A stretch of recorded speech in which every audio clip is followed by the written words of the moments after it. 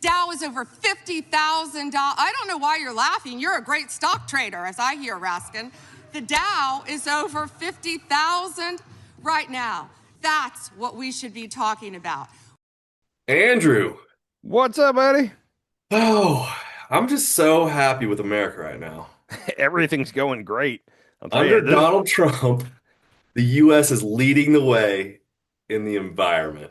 Yeah, some people would say this is the golden age. I've heard that said a lot recently. Of the environment? Not just in general. This is the golden Oh. age of America. It's all encompassing. It's the whole thing. Yeah. Okay. So on the environment, real quick. I'm guessing you saw what happened today. I've got two things that I I, saw. I hate to go right to a video this early, but I want to let Wolf Blitzer break the news to anybody watching that didn't see this. Here's Wolf on CNN. Happening now, the Trump administration is preparing to make a truly stunning reversal that will have an unprecedented impact on climate policy.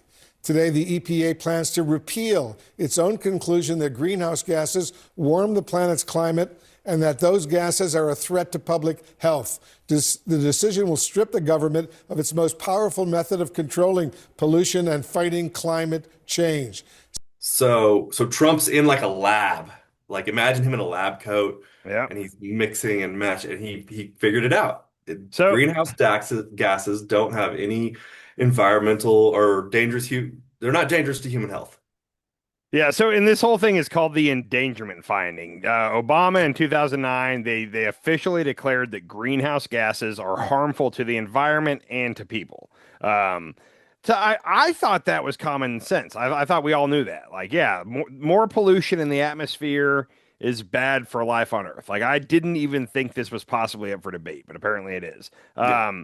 Just so you know what this actually does, he slashed the Endangerment Finding. It's a 200-page scientific review that's been upheld by the Supreme Court, the D.C. Circuit of Appeals, and then reaffirmed by the National Academy of Science in 2025. So this has already gone through legal challenges. Like it's believable. I believe the science on this one. I know certain people hate the phrase "believe the science," but like this one seems pretty clear. They all seem clear. The science is always right. Yeah, and this. So what this really does is it slashes away any way for the government to regulate emissions, whether it be from automobiles, power plants, anything, factories, anything that puts out emissions. The government can regulate those because they said, hey, these regulations are harmful to humans, therefore we have the power to regulate them. If you And say that in turn like gave us better gas mileage on all of our vehicles. it did. And here, before we go any further, can I play Trump announcing this in the White House today? Let's do it. All right, check it out. Big one if you're into environment. This is about as big as it gets, they tell me, and it's an honor to be here with a terrific person who's worked so hard on this and some other terrific people. Thank you very much. But I'm pleased to be joined today by EPA Administrator Lee Zeldin, who you all know, and to announce the single largest deregulatory action in American history. That's a big statement in American history, and I think we can add the words by far. Under the process just completed by the EPA, we are officially terminating the so-called Endangerment Finding, a disastrous Obama-era policy that severely damaged the American auto industry and massively drove up prices for American consumers. Prices went up incredibly for a worse product. This action will eliminate over $1.3 trillion of regulatory costs and help bring car prices tumbling down dramatically.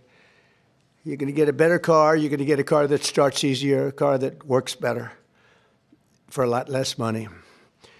In 2009, Barack Hussein Obama, his EPA designated fossil fuels such as oil, gas, and other things that actually make factories rock and roll and other things drive very nicely as a threat to health and human welfare, known as the Endangerment Finding. This determination had no basis, in fact, had none whatsoever, and it had no basis in law. Oh, it had no basis whatsoever or basis in In law.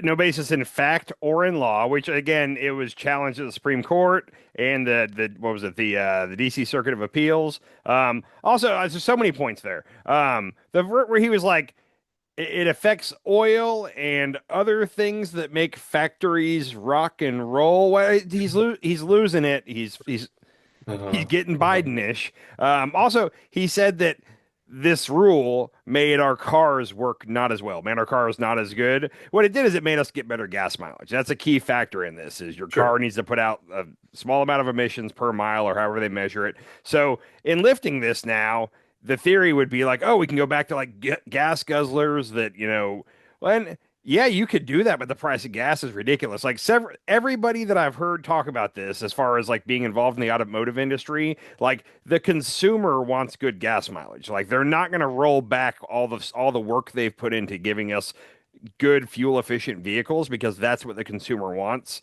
So that's the Hmm. only good thing, is the auto industry isn't going to suddenly be like, "Oh, yay, no more rules," and go back to the way it was. Right. It's a selling point for cars to get good gas mileage. What else? There were too many good things in there. Like the guy's a moron. If this wasn't so seriously bad for the future of the planet, like that would have been a funny speech he just did. But like, unfortunately, Yeah. yeah, I mean, I'm just trying to laugh at everything now. Is somebody going to fight this? Like, this seems like it's probably going to go back to the courts. I would hope that it's going to get challenged. I don't know. I mean, I think the way that Obama put it in '09 was like through basically some kind of executive order. So had it gotten ratified by Congress, which I don't believe it did, then he doesn't have the power to just end it on his own. I always say that's why executive Oh. orders suck. If you do an executive order, the next president can come in and with one stroke of a pen just eliminate it. And I think that, yeah, I believe this didn't go through the House and then the Senate and then the president signed it. It wasn't a bill that passed the legislature. Oh, So, and then okay. he's real quick, he's doing all this to save the coal industry, basically. It's for the oil executives that are, giving him campaign donations, but also he's really big on saving coal right now. He just ordered the Pentagon the other day to basically only purchase energy from coal power plants because coal is not effective. Like you pay more per kilowatt hour or whatever at a coal plant than you do with a lot of other forms of electricity. Also, he's doing all this to save what do you call that? The coal economy, Industry. the coal industry. There we go. Thank you. 44,000 jobs in the coal industry in America. Only 44,000. The clean energy industry has 3.5 million jobs. And he's He trying has to a buddy in coal for sure. he's got to. He says it's to save the coal miners. I'm not trying to be a dick, but there's only 44,000 of them. There's 3.5 million working in all the other energy sectors. Why are we trying to save these 44,000 jobs? Like, I'm sorry for the coal people in West Virginia or whatever, but come on, it's bad for the environment. There's other clean forms of power we could be using. So, Well, you just lined up the video that I pulled. okay, what do you got here? Go to clean coal. All right. Sir, to show our appreciation, the trophy says the undisputed champion of beautiful clean coal. Thank you, sir. I'm not 100% sure, and like we need to fact check this. Somebody in the comments, if I'm wrong, please say so. But I think that might be the first time in history that the FIFA Peace Prize winner has also been the undisputed clean coal champion of the world. Beautiful clean coal champion of the It's world. not that often you get both in the same year. This has got to be a first. Trump's just amazing. He's killing it. This is the golden age. He's on fire this year. The FIFA Peace Prize and then the clean coal champion. It's so ridiculous that all you have to do is give Trump a medal of Give some him a sort. trophy. Like He's like a John, child. dude, John Stewart did a bit about this like a month ago. But like the things you can bribe him with, he's like a 5-year-old. Like, sir, we have a medal for you, sir. We have a trophy. We have a prize. Like he loves that. We're gonna present you with an award in front of a crowd. Like that's the way to his heart. Like if you need anything, write him a campaign check and give him a prize in front of a crowd. Like that's what he wants. I just had a vision of Stephen Miller like putting gold stars on Trump's like papers. Oh, it's scary. Um, so anyhow, that's what we got. And then I want to do a quick. This is a half correction. When we left the last episode, we were talking about the jobs report fixing to come out, and I showed you the clip of Howard Lutnick and Peter Navarro, and they were setting it up to be a bad jobs report. So everybody was thinking this is going to be terrible. The jobs report for the month of January was all right. It was 130,000 jobs, which I think people were expecting like 80 was. Everybody was thinking 80, and oh shit, it'd be bad if it was like 50.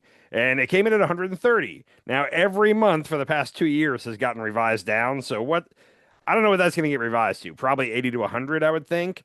But that was half of the jobs report that came out. January was a good month. We'll see what a revision looks like. Who's making the jobs reports? Trump's, it's the Bureau of Labor Statistics, BLS. So, and that's where, remember, he got some bad jobs reports, so he fired the person in charge of BLS. Then he tried to put one stooge in, and it became clear the Senate was like, we're not confirming this guy. So I think right now we have an acting head of BLS, and I don't know who that is because he hasn't nominated anybody yet. But so anyhow, we really can't believe the jobs numbers. Here's the thing is, for the past, this stretches back into Biden. For like the last 2 years, probably more than that, like they always come out good and then get revised down. And I don't know that that's really Trump doing that. It seems like you don't have good data right after the month is over. You keep getting better data, and like 3 months out, you really see what that month looked like. But they went ahead and did their final job revision for 2025. And I told you last time that it could be as bad as 600 or 700,000 jobs. Remember me saying that? Yeah. It turned out the yearly revision went down 862,000 jobs. So for 2025, we created 181,000 jobs for the whole year. That's 15,000 jobs a month. That's worse than anything since 2003. That's a bad year. But for some reason, Bassett and Trump and all his lackeys think that the job numbers are fine or good. So I don't know what they're actually saying. Their argument is, well, you have to factor in. I mean, we sent away, and they keep changing the number. I've heard like 200,000 illegal immigrants. I've heard 400,000. But they say, well, we've sent, so that's all jobs that the labor market lost, but that's good. So really take that 181,000 and add the, we'll say 400,000 illegals that left. And that's the real job number because, deporting them was good. That's how they're spinning it. And they're also doing the whole like, well, we inherited the worst economy ever under Biden. So it took us a year. But look, in January, 180,000 jobs, like, this is now Trump's economy. So when it goes south again in another month, they're going to say, no, this is not Trump's economy yet. But right now they're acting like they just turned the corner. We've had a year of Trump's policies. 2025 was bad, but we inherited that. And now look what January looked like. This is what the rest of 2026 is going to look like. Nobody thinks it's really going to look like that, but I just can't believe anything that's coming out of the administration. It's tough. Okay. You set me up. Anything else on the jobs before we move on to stuff we can't believe coming out of the administration? No. Okay. Oh, and by the way, the reason we're here tonight is to talk about Pam Bondi, but I wanted to get through some things first. So Pam Bondi is coming up very quickly. Okay. First of all, Tom Homan. Tom Homan spoke today in Minneapolis. I didn't know what this was going to be about, but I saw him speaking, so I unmuted it. And here's a quick clip of Tom Homan. With that, and success that has been made addressing public safety threats and other priorities since this surge operation began, as well as the unprecedented levels of coordination we have obtained from state officials and local law enforcement, I have proposed, and President Trump has concurred, that this surge operation conclude. A significant drawdown has already been underway this week and will continue through the next week. Did the American people just win? So Trump and Homan they're trying to phrase it as a victory for them. They're saying that they got Minneapolis and Minnesota to agree to unprecedented cooperation. Walz and the was it Mayor Fry of Minneapolis are both like, no, we said all along that we were giving them our violent offenders from jail, and that's still what we're doing. So this doesn't matter. Like the left is going to laugh and say, ha ha ha, like Trump had to leave, he lost, which again is stupid. Like every time that he's backing down here, and we all should just shut up and let him go and don't make fun of him. Because if you make fun of him, he might come back and do it again. So don't make fun of him. Let's hold that until after the midterms. Let's True. make fun of them. I think that everybody's seeing how bad things are looking for the midterms, and they're trying to course correct. And bringing the federal troops, so 3,000 of them they had in Minneapolis, bringing those out and not sending them to the next city is a good thing. Homan is doing good for Trump. Like if you're Trump and the whole ICE, Customs and Border Patrol thing was bad for you, Homan is correcting that side of things right now. So they should let Homan keep doing what he's doing if they want to have a chance. How many ICE officers did they hire recently, like over the last year? I don't know the number. It's a lot. I don't know. It's a lot. What are these guys going to do now? I don't know. They're not going to make it. We don't need more police in our streets. Yeah. I've for a long time, I've had no problem with beefing up the number of people that are watching the border. Like, I really don't have a problem with that. Like, the idea of a big cement wall stretching all across our southern border is dumb, but increasing the number of border patrol, I have no problem with. If they said, hey, we're hiring more people to guard the southern border, I have no problem with that. I really don't. Like that. You could just take over Mexico and include them in and open up the border completely. Yeah. After this, remind me, I do have something on the border of Mexico to talk about. But real quick, do you remember before Alex Preddy, before Renee Good, there was a lady in Chicago, and the official story from Kristi Noem and Kash Patel and Tricia McLaughlin, that she's the worst. But their official story was that a pack of cars was trying to box in this ICE vehicle, and then a lady rammed them, and they had to get out and shoot her 5 times in self-defense, and then she drove off. And like they even at one point they showed a video of a car ramming, and like hoped that we would think that was one. Turns out that wasn't even video from the same day. But we found out like a month ago that the judge was releasing his findings and was like, hey, it looks like you guys rammed her. Like from the body cam, it looks like you hit her. So none of us have gotten to see the body cam yet. The judge finally ordered that everything be released today. That lady, by the way, is not going to be found guilty of anything, and she probably is going to be able to sue CBP and ICE for shooting her 5 times. It looks like it was attempted murder. Like, I don't know any other way to say it. Like, that's what it's looking like. This is a little bit longer of a clip, but CNN did a really good job of just explaining the whole thing. So I want you to watch them. And also pay attention here. At the beginning of this video, the guy that we're watching, the guy's body cam in the back seat, and he has an AR-15 style gun right in front of his camera. And it takes a second to realize, but you're looking through the trigger guard hole, and he's got his finger on the trigger. Tell me if you see this. He's got it, and they're just riding. You know what trigger discipline is? Yeah. Anybody that's into firearms at all knows about trigger discipline. Your finger stays up here, nowhere near the trigger, until you're ready to shoot. If your finger's touching the trigger, you better be ready to shoot it. Your finger doesn't need to be touching the trigger till that time. Gun safety 101. Tell me if you, nobody's brought this up, but I, from what it looks like, we're seeing this guy's just riding in the car with his finger on the trigger, which scares the crap out of me. The officer in the front draws his gun while he's driving. He has good trigger discipline. You see his index finger straight out. But he's drawing his gun while he's driving. Check this video out and tell me who you think's at fault. Oh no. Yep. Cameras on. This is newly released body camera video. A team of 3 Border Patrol agents is driving through a Southside Chicago neighborhood. 2 have guns drawn. Marimar Martinez, an American citizen and school teacher, is driving next to them, honking her horn, warning people to the presence of federal immigration enforcement. Another vehicle is behind the agents, also honking the horn. All right, it's time to get aggressive and get the out, because they're trying to box us in. It all happens in seconds. All right, we're fine now. All right, out of the car. Be advised, we've been struck. Get out. Martinez was shot 5 times and survived. In this surveillance video, you can see the front of the agent's SUV come to a stop. 4 seconds later, Martinez's silver Nissan drives off, she says, fearing for her life. The Department of Homeland Security was quick to accuse her of attacking federal law enforcement, saying Border Patrol agents were, quote, ambushed by domestic terrorists that rammed federal agents with their vehicles. FBI Director Kash Patel posted on social media about the incident, quote, attack our law enforcement and this FBI will find you and bring you to justice. The post also included a link to video of a car ramming, but it had no connection to Martinez's case. And the body camera video tells a different story. In the lead up to the collision, you hear agents say they are going to collide with Martinez. We're going to make contact and we're boxed in. And just before the moment of impact, it's Agent Charles Exum who sharply turns his steering wheel in the direction of Martinez, proof, according to her attorney, that they hit her vehicle, not the other way around.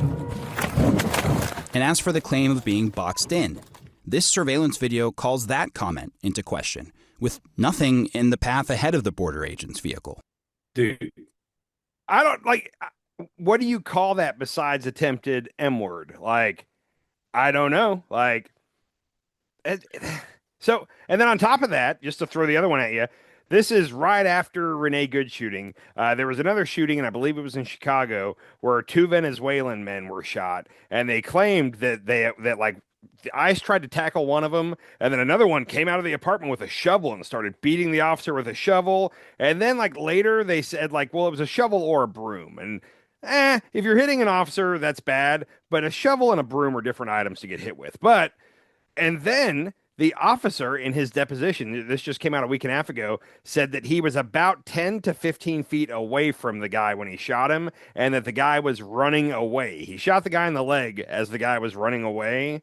Anyhow, the Department of Justice just dropped the case against these two, citing new evidence that's been brought to light. The new evidence is that the guy didn't shoot them in self-defense. They were trying to flee from him, and he shot them. That's what it turns out happened. And it just became clearly obvious that that's what happened. So they ended up dropping the case against those two guys. So So between those two cases right there, the lady that got shot 5 times, the guy that was getting beat with a shovel, Renee Good, and Alex Preddy, out of those 4 cases, we've demonstrated that anytime anybody gets shot by our, ICE or CBP, whatever the government says, don't believe it. They'll come out and just lie about it immediately. And then sometimes it's a couple months later, or sometimes it's later that day when we see all the cell phone footage. It always turns out their version of what happened is nowhere close to what happened. And how are none of these agents being charged with anything? I don't get that. If that was a cop, if that was a city police officer, they would be facing an investigation and likely charges. Yeah. The problem is that could possibly trickle down to our city police. I honestly think that most of the time when that happens with a city police officer, they're held accountable.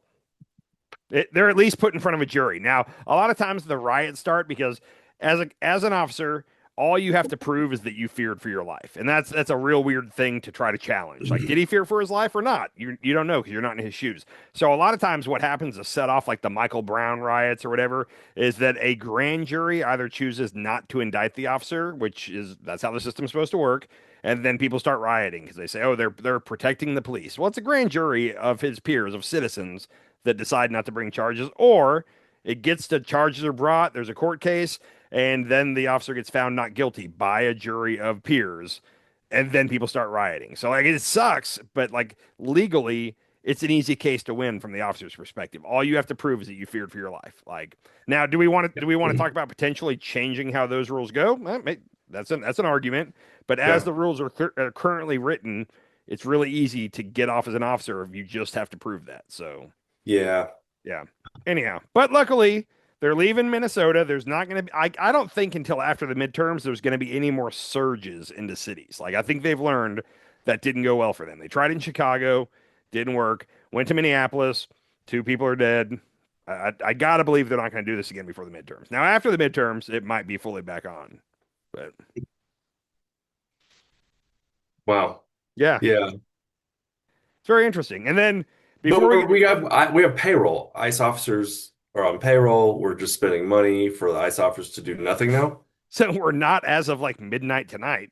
So remember a week or 2 ago when they signed the new budget and they just did a 2-week extension for DHS funding, and it was supposed to give them 2 weeks to negotiate a new deal. And Democrats want a couple things. They want the ICE and Border Patrol to not be able to wear masks. They want them to be clearly identified. I can't remember the rest of them. It's all things. They want body cams on everybody. Yeah. Everything they want seems pretty reasonable to me. So anyhow, and Homan and Bavino and Christy Noem all say, well, they have to wear the masks or else they'll get doxxed.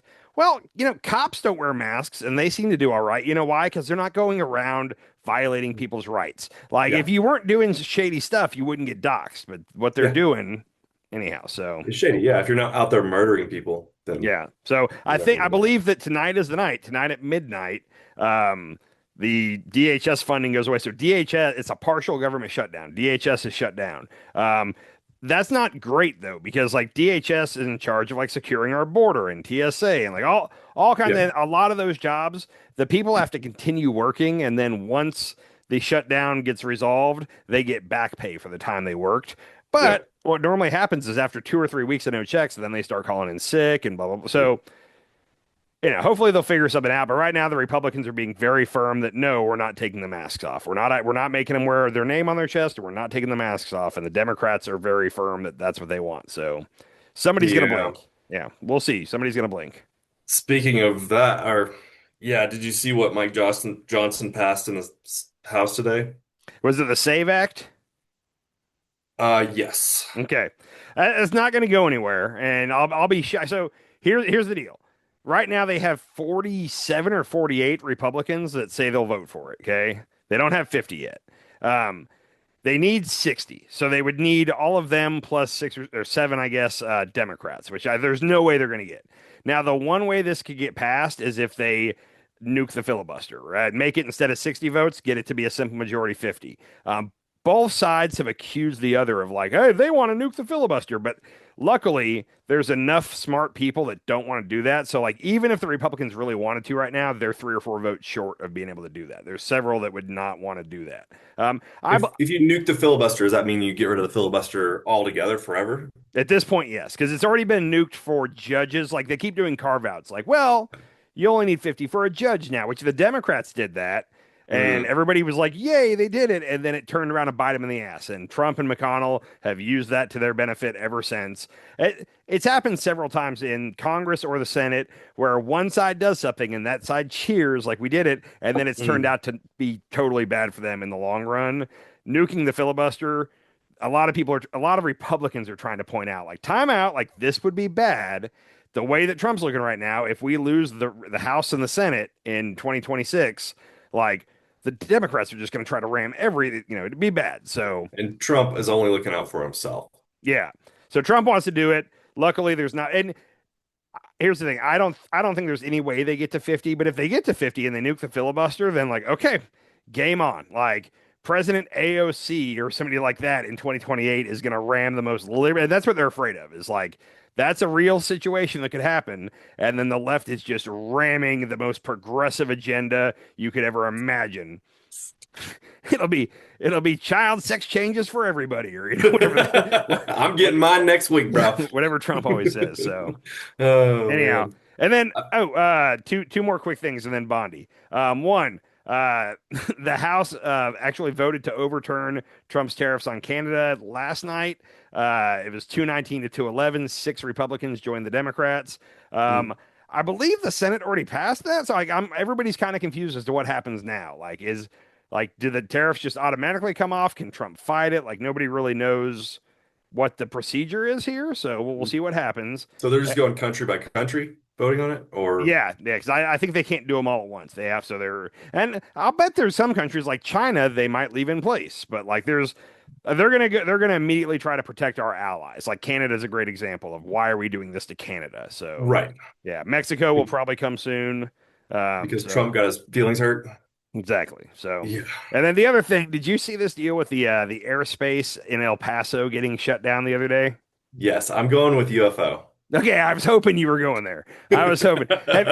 Have you seen all the explanation? This is another one of the situations where, like, I wish the government was better at lying to us. Like, they're not good at lying to us, and then it makes people think it is UFOs because they don't have their story straight. But have you seen what it appears the situation was? Like the final story we've gotten? A birthday balloon? Yeah, this is great. So first they said it was drones that the Mexican cartel was flying over the border, which apparently they do that. Like they do that all along the southern border, and we always accuse them of using the drones to like bring over packages of drugs. So far, they're not doing that. They don't have big enough drones to really make that effective. But they use it for surveillance to check and see if the coast is clear, if there's anybody guarding their tunnel or their fence where they go through. Right, and if that was the case, then Trump has been saying that the border is completely shut down. Nobody's coming in. Mm. But if they're still bringing drugs across, then doesn't that just like screw his message? Yeah. They're bringing Okay. they're bringing the drugs across and dropping them off, but then they're leaving. So technically, no people are coming in and staying. Oh, They're hopping okay. across and handing the drugs off. Okay. But so the initial story was it had to do with cartel drones coming across the border, and then we started to find out that Fort Bliss is right by the airport, and they're working on some kind of direct energy laser style weapon that takes down drones up to like 18,000 feet in the air. And it's like a single pulse, and like it'll disable whatever aircraft is in the air. Apparently, that got fired really close to the airport overnight that night, and the FAA panicked, and they had already had a meeting on the books for like February 10th to like have a meeting with DOD and discuss this thing being this close to the airport. So the reason they said 10 days is that would have been the February 10th when they were supposed to meet would have been 9 days from now. So they were shutting it down until they could talk to the DOD about it. So that kind of made sense. It was like, okay, the DOD is firing a weapon that takes down any aircraft at 18,000 feet or less right next to an airport. Like that could be catastrophic if they hit a commercial Hmm. airliner with that. Well, then it goes a step further. I've got a tweet here. Jennifer Griffin, I've mentioned her before, but she is with Fox and she is very plugged into what's going on. Here's what she says. According to a U.S. official, the direct energy laser counter drone technology was in CBP, Customs and Border Patrol's control, when the balloon was mistakenly shot down near El Paso, Texas, earlier this week. In January, Defense Secretary Pete Hegseth signed an agreement for the Pentagon to loan the directed energy counter drone platform to DHS. The U.S. official tells Fox News. The official said the agreement was signed sometime in the last 30 days. And then goes on, following the shoot down is when the FAA closed the airspace. Edit. A U.S. official could not go into specifics about what exactly the technology used by the U.S. military is, but said directed energy lasers is accurate to use. And I forgot, I skipped that part. It turns out it was a balloon, not like a weather balloon, like a happy birthday, like a party balloon that had gotten loose and floated up into the air, and they saw it. And so Pete Hegseth gave a direct energy laser weapon that shoots down aircraft to Customs and Border Patrol. Customs and Border Patrol are the Yahoo cowboys that we're seeing videos of Yeah. mistreating people in Chicago. Like those aren't the guys to give this weapon to. And apparently No, everybody's who's in charge of Custom and Border? That's the Bongino It or was Bavino, but Bovino. he's not commander at large anymore. I don't know that whoever it is was in front of Congress yesterday with the head. It was the head of ICE and the head of CBP, and they were trying to defend Noam. It was terrible. If it wasn't for Bondi, we would be seeing clips of those two everywhere. But Bondi stole the show. Mm. But they're trying to throw CBP under the bus. Be like, no, we gave it to them. They're the ones that shot it off right by the airport. Bottom line, Yeah. who's watching these guys? Like, who's in charge of this? Like, is it the same morons that we just saw in that video from Chicago? Are they the ones with the direct energy laser weapon? Yeah. That's not good. Like, No. so anyhow, I don't believe it is UFOs because if it was UFOs, they would come up with a better cover up. The cover up is horribly embarrassing for them. Why would you come up with that? If it was a cover up, it would be a better cover up. It wouldn't make them look so stupid. They're not good at cover-ups. They haven't been good at They're cover-ups. so bad at this. It's so bad. I'm sorry. Okay. I'm going with aliens. I think it was Yeah. a spaceship, and for whatever reason they shot it down. Why would you shoot down an alien spaceship?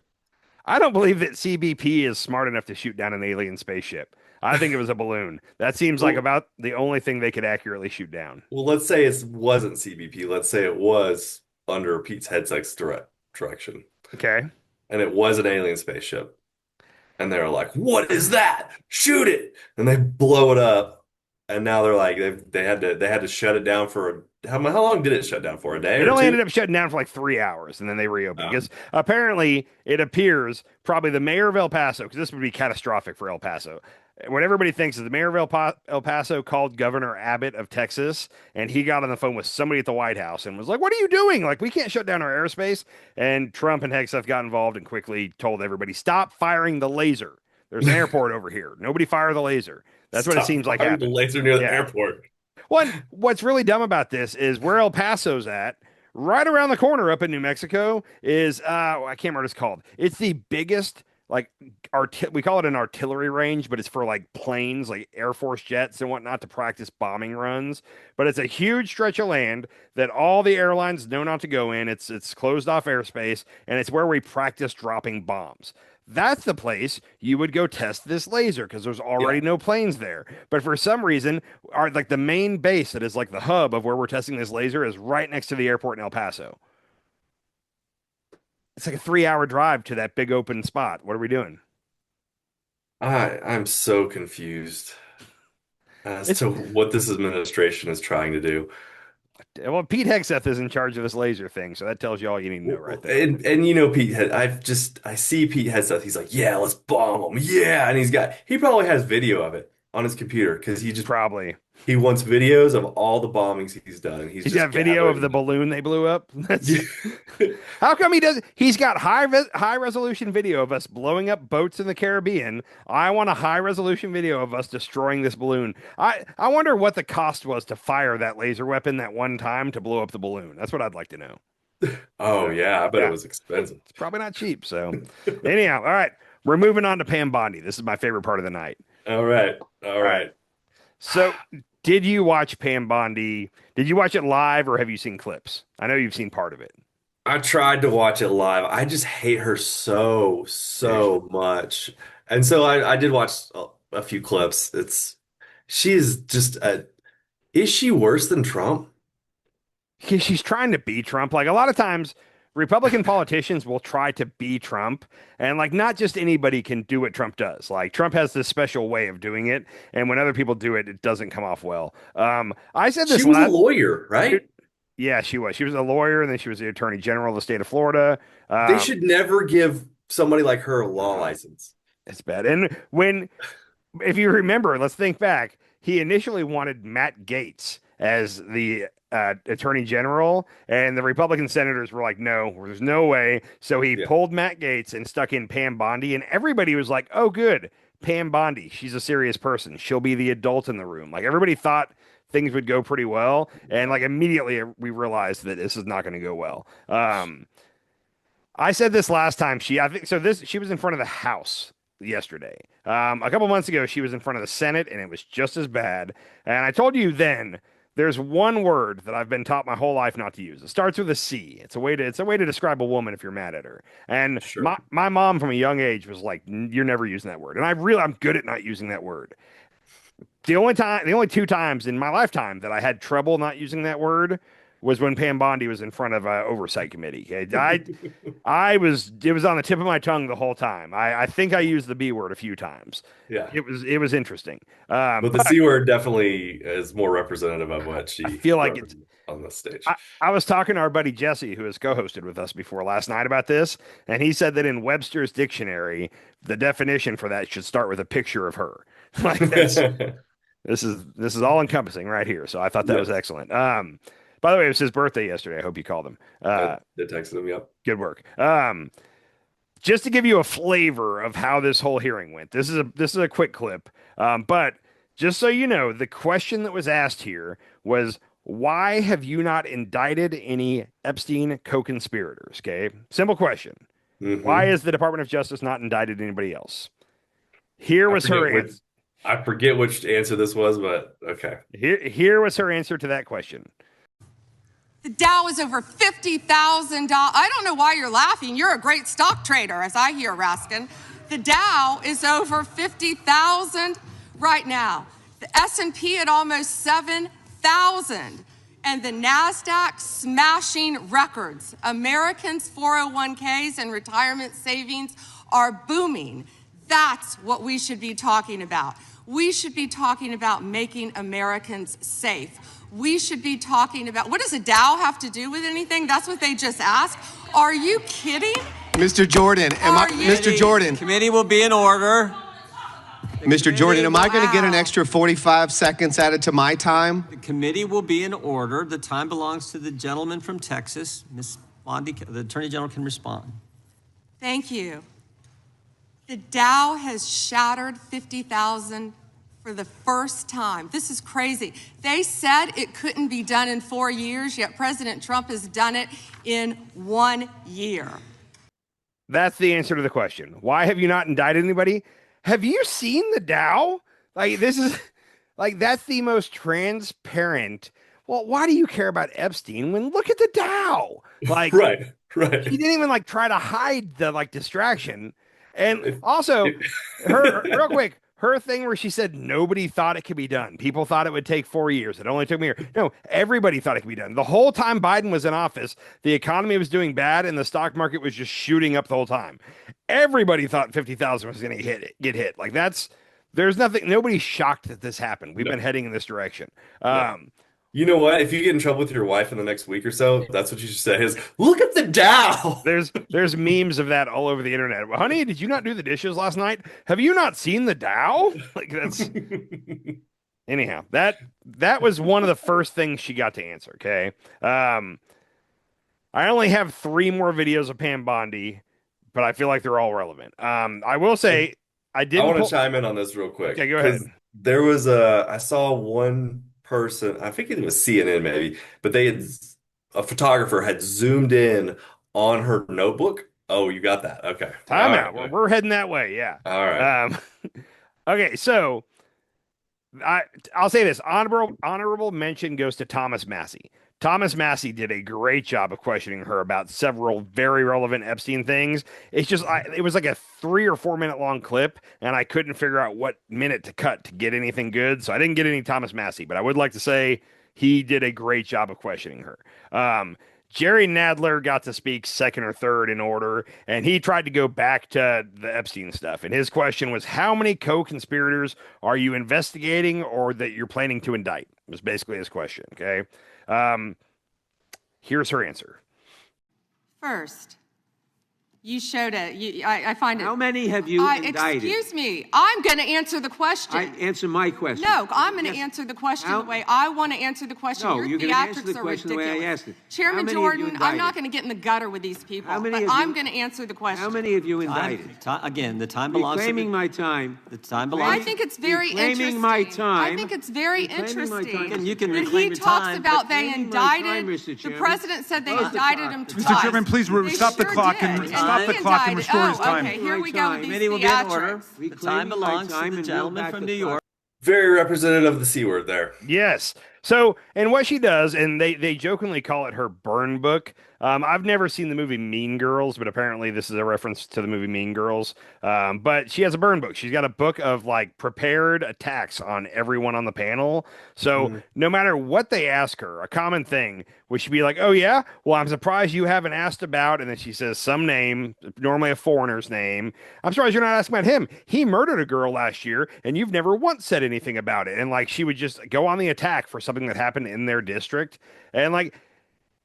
Backing up to the first clip when she was talking about the Dow, and somebody up on the panel said, "What does this have to do with anything?" She goes, "Are you kidding me? What does this have to do?" No, this hearing had a very specific purpose. This is DOJ oversight specifically about Epstein. Like that was the reason for this meeting. That's what they're questioning you about. But like she kept it, whenever she got a chance to give an answer, she would go right to her prepared attacks on something totally unrelated to the question. It was frustrating as hell. Well, were you going to talk about opposition research?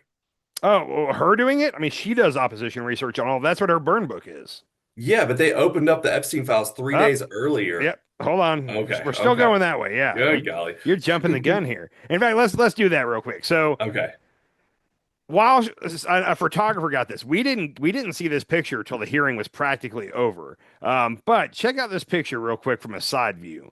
That for the 3 days ahead of this hearing, congressmen and senators have been able to go to the DOJ and review the unredacted Epstein files. Turns out they have to log in when they do this, and they have been keeping track of what each member has been looking up. So, like, this is Congresswoman Jayapal, and it shows specifically the keywords she looked up, and then there's like a web below of like the people she was interested in and looked up. So they're tracking every congresswoman and congressman that goes into the DOJ and what they're looking up. Even Mike Johnson said later that night he did his whole, well, I'm not familiar with it or I haven't seen it, but he did say if that is happening, that is a problem. So I think everybody in the House and the Senate thinks it'd be ridiculous if DOJ is monitoring what they're looking at. So this is what we're heading towards. Yeah. You trying to read that? So yeah, did she? So she looked up "new Brazilian just arrived." Yeah, because that was probably one of the emails where it was redacted, but that was a key phrase we saw, and she was trying to see who sent that. Okay. Yeah, because she was supposed to be. Oh. And remember, a lot of them they would unredact it, and then there was a white redaction below that they couldn't unredact, so they were all mad about that.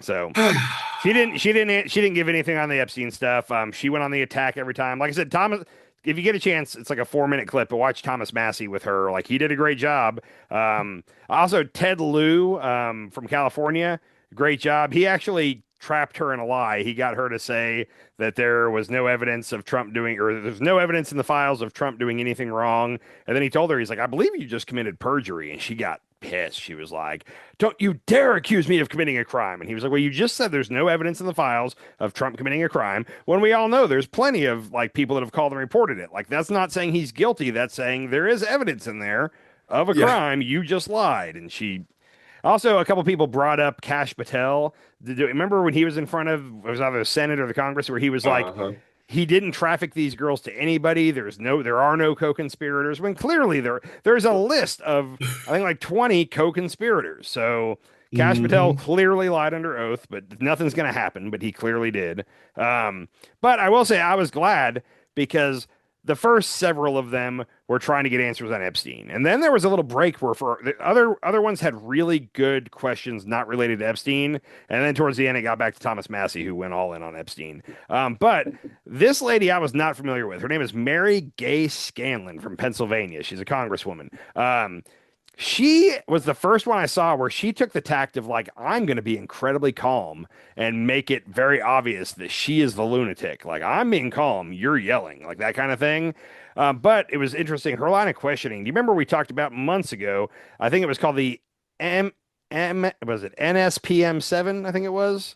It's the basically the government came out with a new definition of what domestic terrorists are, and it was people that don't share your values, like people that don't share Christian values, like a lot of things where it's like, hold on, wait, like in America we're free to not believe this or that. So she had questions about that. Bondi didn't answer at all. I just love the fact that this lady, the way she asked the question, she was also telling everybody watching, like, if you're not aware, this is what they're doing. Check this clip out. This is again Mary Gay Scanlon from Pennsylvania.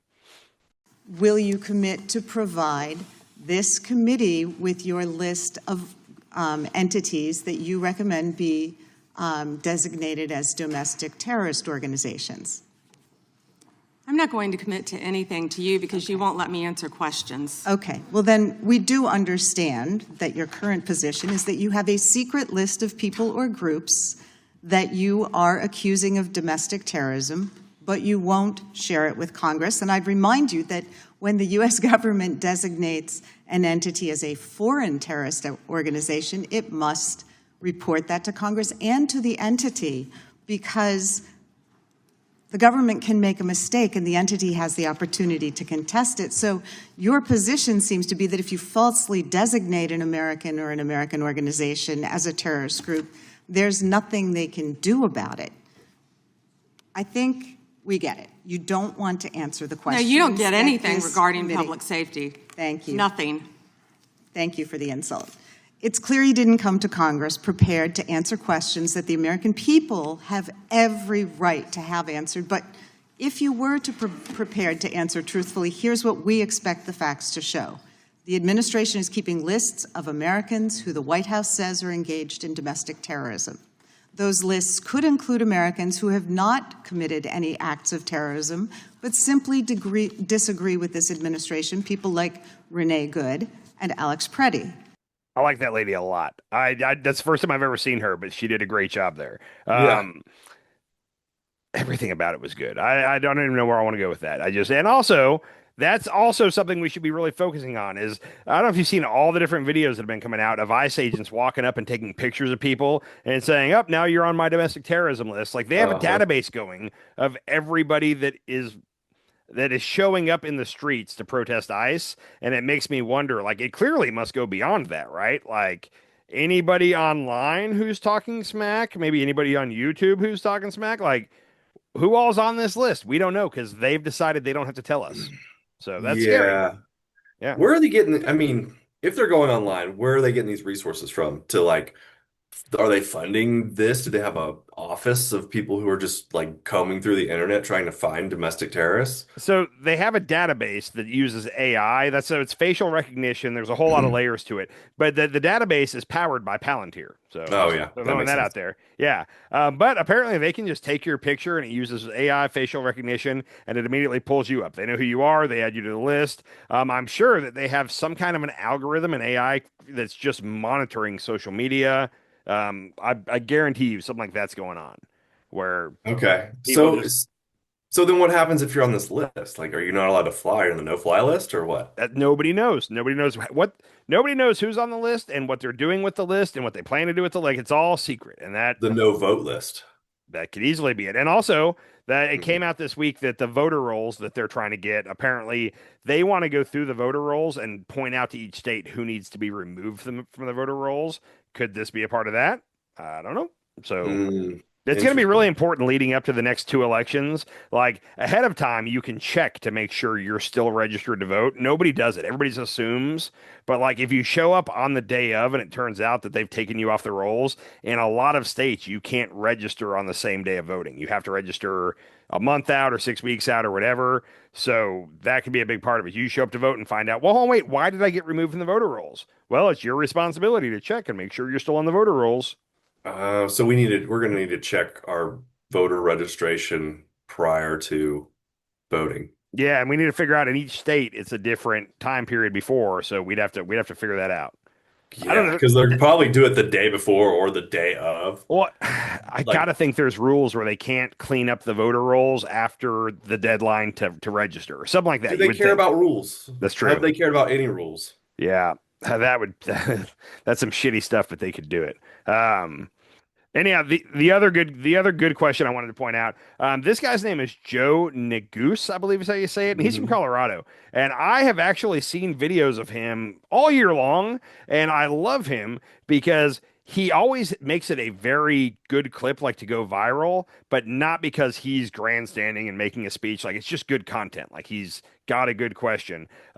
He was asking about crypto, and also what I like about him is he's not trying to get into a fight with it. Whoever he's legit. He has a question and he wants you to answer it, and you can just see how frustrated he is here that she won't answer his question. But it's about cryptocurrency, and it's about I don't know if you remember, but we had like a whole department of people that like monitored crypto to make sure nobody was breaking the law, and Bondi came in and fired all of them. There is no crypto police in America right now, which is convenient when the president is running his own crypto scam. So, but let's check out Joe Neguse real quick. Do you know which presidential administration under which the PIN was first created? I can tell you what administration that the weaponization was ended under. I'll reclaim my time. This wasn't a trick question. You don't get to Madam Attorney reclaim General. your time. Madam Attorney General, because I don't like Mr. Chairman, will you explain to the witness that he does reclaim his time? Because I don't answer a question to your satisfaction. Mr. Chairman. Madam Attorney General, the time belongs to the gentleman from Colorado. The president under which PIN was created was Gerald Ford. It was created after Watergate. I'm not asking a question, Madam Attorney General. The administration under which it was created was Gerald Ford. When you first started as the Attorney General of the United States, there were 35 people working in that office. There are now 2 people working in that office because you have gutted it. How many people work for the National Cryptocurrency Enforcement Team in the criminal division today? Can I answer the question about PIN? I've asked you a question. How many You've people asked work? me a question, but you don't How want many the answer. people work I'm not for the gonna answer your National questions the way you Cryptocurrency want. Enforcement Team? You won't answer how many I'll people? answer PIN. You. PIN will not be you know what? weaponized. You know what? What's Madam funny Attorney about General, this? I'll say to the chairman. What's funny about Mr. Chairman, this? you know what the answer is? And I think I understand funny why the about Attorney General this? does not want to answer the question. Because you eliminated the National Cryptocurrency Enforcement Team last year. So I understand why you don't want to tell the American people who works there. Yeah, I no one understand works why there you don't want to anymore, talk about Madam Mohammed Attorney Solomon General. in So, your district. In any event, who I would murdered people. Mr. Chairman, will you stop the clock so his time is not wasted by the witness? She is such a C word. I'm sorry. I don't like that word, but it so applies here. And I'll say this: Fox News, conservative people on, influencers on Twitter and on their podcasts and all that, a lot of them weren't cool with what happened with her. Like they were even Fox News. I was kind of impressed. They were saying she seemed crazy, she seemed irrational, this and that. So now Trump loved it. Trump came out and gave a glowing endorsement of how great she did, and anyhow, it was. I mean, it's just it just makes our judicial system look like shit. It makes like It's if not you the can't get somebody to answer questions. It's the legislative branch that looks like shit. Judicial is the judges and whatnot. Yeah. But can I ask you this question? These are clearly pointless. Like when they bring Kash Patel in, when they bring Bondi in, like we're not getting. And I want to remind you, like that Mary Gay Scanlon lady said it, but like these are questions that the people deserve answers to. Those are our representatives. Okay, Pam Bondi works for us. These are our representatives. They are asking the questions that the people want to hear in their districts. That's how it's supposed to work. Okay, they're not giving us answers. So I'm really torn on this. Even though these are pointless, do we keep doing it? Do we follow tradition and keep bringing them in and have just fights? Or do we just stop? Do we just, I mean, we got better things to do with our time. Like that's a win. If we just stop, Pam Bondi and Kash Patel would love it. Now they don't have, like, you can't do that. But also I'm kind of at a point where it's like, why are we even wasting our time with this shit? Like, I don't get it. I think we keep doing it because, it kind of gives us a win, but it also it's just a waste of time. It's such a waste. It is a waste of time, but it gives us a win. It makes her look crazy, right? Yeah, it's not going to matter. Crazy. And that's on that note, real quick though, because people are like, "Oh, Donald Trump," Tim Pool and a lot of people were saying like, "Oh, Donald Trump needs to get rid of Pam Bondi." It's never going to happen. Like the right now is trying to say that like, "Oh, Pam Bondi and Kash Patel and Kristi Noem are doing a disservice to the president. He needs to get rid of them. They're really hurting him. Like they're not helping him." They honestly, it's really, I'm trying to think how to phrase this right. In any other presidency, when something bad goes on, the president is looking to fire somebody to make them the fall guy, and he's praying that the base will believe that they'll believe that this guy's at fault. Don't blame me. It was him, and I got rid of him. The problem's gone. Yeah. This is like Wacko World, where the base is like, "Sir, it's the people below you. It's not you. We love you. It's the people below you." And Trump is like, "No, I like the job they're doing is great." And they're like, "Sir, we're trying to help you, sir.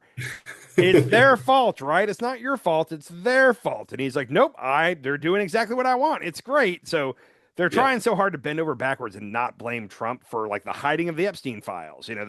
The seriously corrupt way that the redactions have been done, where the names of the victims have been left unredacted, and they're over redacting all the people associated with Epstein. Like that's intentional, in my opinion. And somebody apparently the victims were at that trial. You know what? I should have pulled that clip, but at one point, right at the beginning, they said, "Hey, will all the victims stand up?" And then all of them stood up right behind. It's a great picture. They're right behind Pam Bondi. And it's like, "How many of you have reached out to the Department of Justice since Trump's been in office to try to get an interview to tell your story?" And they all raised their hands. And it was like, "How many of you have not heard back at all from the Department of Justice?" And they all raised their hands. And it was like, "Miss Bondi, do you care to say anything to these people?" And she just refused to look at them. And it's like, oh, it was so rough. I don't know. I will say this was a rare one where the influencers on the right and the cable news hosts on the right, like, they're not really defending Bondi on this. Like, Newsmax probably is, but most of them are not.